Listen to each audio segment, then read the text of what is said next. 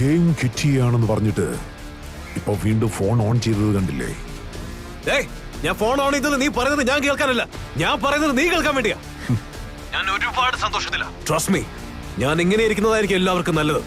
വീണ്ടും എന്നെ ഡിസ്റ്റർബ് ചെയ്യാൻ ശ്രമിച്ചാൽ പിന്നെ നീ ജീവനോടുണ്ടാവില്ല.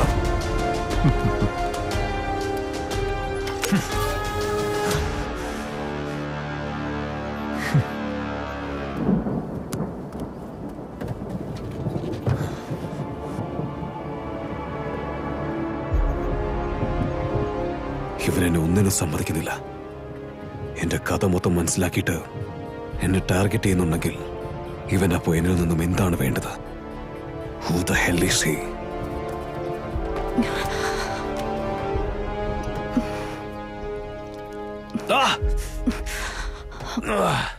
ഇന്ന് രക്ഷപ്പെട്ടു. അവര് വീണ്ടും നാളെ ശ്രമിക്കില്ലേ? ഇങ്ങനെ ഇരുട്ടിലുള്ള ശത്രുവിന്റെ കൂടെ എത്ര കാലം പോരാടും? നാളെ ഒരാൾ കഥവ് തട്ടിന്ന് വെച്ചോ, കഥവ് തുറക്കുമ്പോ അവര് നമ്മളെ ഷൂട്ട് ചെയ്യില്ലെന്ന് എന്താ വിശ്വാസം? Stop it. നമുക്കൊന്ന് ചെയ്താലോ? എന്താ? ഇനി നമുക്കുള്ള ഓരോ നിമിഷവും ഹാപ്പി ആയിട്ട് ജീവിച്ച് ഒരുമിച്ച് ചത്തുപോയാലോ? I am ready for it. നീയോ? നീ എന്താ പറയുന്നത്? നിനക്കിത് വട്ടാണോ? നീ ഇപ്പൊ ഒരു വലിയ ഡേഞ്ചറിലാണ്, മനസ്സിലാവുന്നുണ്ടോ? നീ ആരോടാ സംസാരിക്കുന്നെന്ന് അറിയുന്നുണ്ടോ?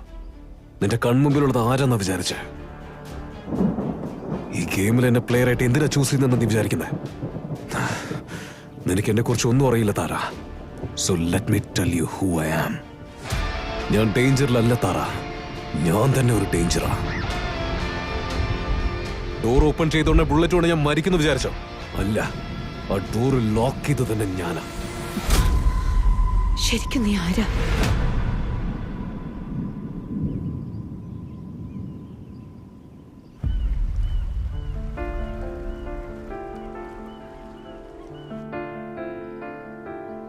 എന്റെ ചെറുപ്പത്തിൽ തന്നെ എന്റെ അച്ഛൻ മരിച്ചാലും ആ കഷ്ടം അറിയിക്കാതെ എന്റെ അമ്മ ഒരുപാട് സ്നേഹിച്ചാണ് വളർത്തിയത്. നീ എടുക്കുന്ന തീരുമാനം നിന്റെ ജീവിതത്തെ മാത്രമല്ല, ഗൗതമിന്റെ ഭാവി പോലും അതിന്റെ അടിസ്ഥാനത്തിലായിരിക്കും.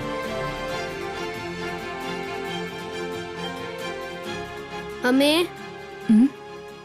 അച്ഛനെ പോലെ അമ്മയും എന്നെ വിട്ട് പോകില്ല അല്ലേ അമ്മ? പ്രോമിസ്? ഞാൻ ജീവനോടെ ഇരിക്കുന്നതുവരെ എങ്ങോട്ടും പോവില്ല. പ്രോമിസ്.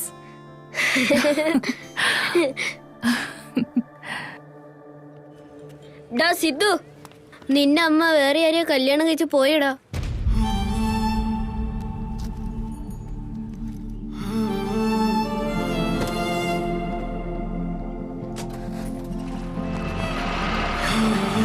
അമ്മേ, അമ്മേ, അമ്മേ നിക്കമ്മേ, നിക്ക് അമ്മേ, നിക്ക് അമ്മേ.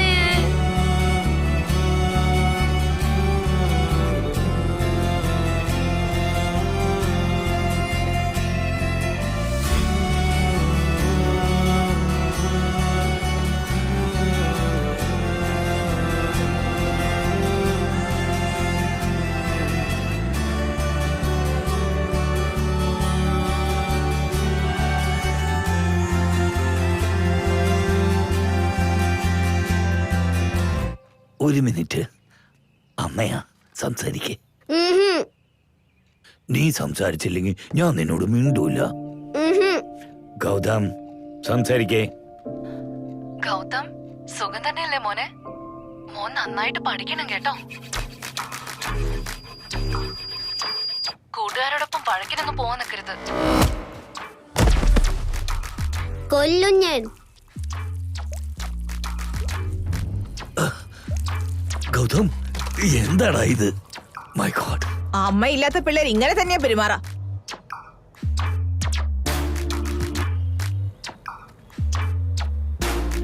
നാട്ടുകാരൊക്കെ തോന്നിയ രീതിയിലാണ് സംസാരിച്ചത്. ആ വാക്കുകളൊക്കെ കേട്ടാണ് ഞാൻ വളർന്നത്. ഞാൻ പ്രതീക്ഷിച്ചുകൊണ്ടേയിരുന്നു. പക്ഷെ ഞാൻ പോലും അറിയാതെ എന്റെ അമ്മയോട് എനിക്ക് ദേഷ്യം വരാൻ തുടങ്ങി. ആ ദേഷ്യമാണ് എന്റെ ഉള്ളിൽ മറ്റൊരുത്തനെ ഉണ്ടാക്കിയത്. നാട്ടുകാരെല്ലാം നിന്നെ കണ്ട് ഭയപ്പെടുന്നു. പറയുകയാണെങ്കിൽ നിന്നെ വളർത്ത എനിക്കും നിന്നെ കണ്ടിട്ട് ഭയം തോന്നുന്നു. മോനെ, നീ ഇങ്ങനായ നമ്മുടെ കുടുംബത്തിന്റെ മാനം പോകും. നിങ്ങൾ പറഞ്ഞ മാനം അത് അവരോടൊപ്പം തന്നെ പോയി. നിന്റെ അമ്മയാടാ. ഏയ്! വീണ്ടും അവരുടെ പേര് ഉച്ചരിച്ചു പോരുത്. ഇവന് ദേഷ്യം കൂടുതലാ. ഇത് എവിടെ പോയി അവസാനിക്കോ എന്തോ.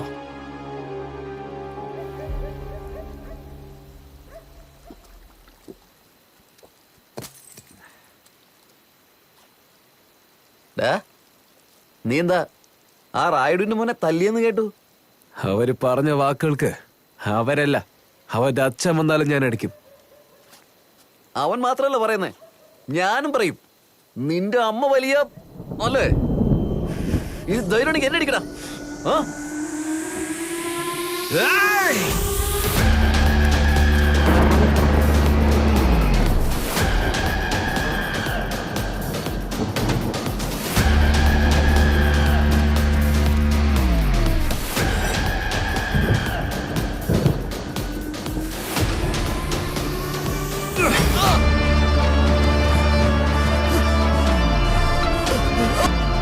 ഇപ്പൊ പറയടാ, പൊന്നെ നായിന്റെ പോലെ. ഗൗതം, ഗൗതം,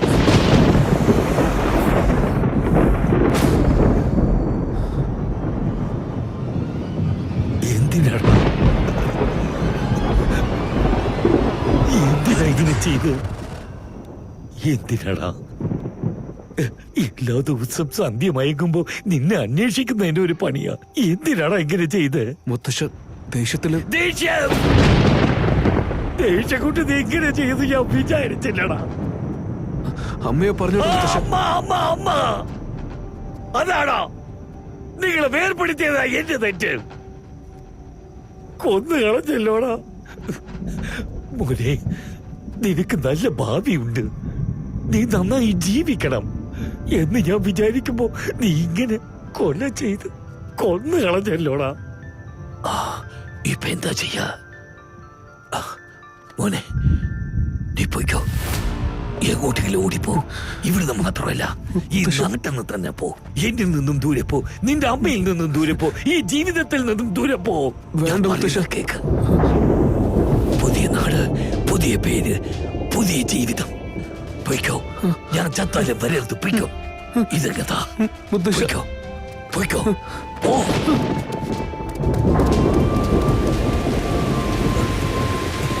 എടാ,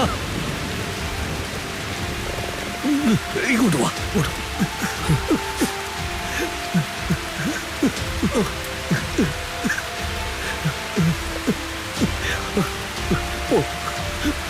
പോയിക്കോ.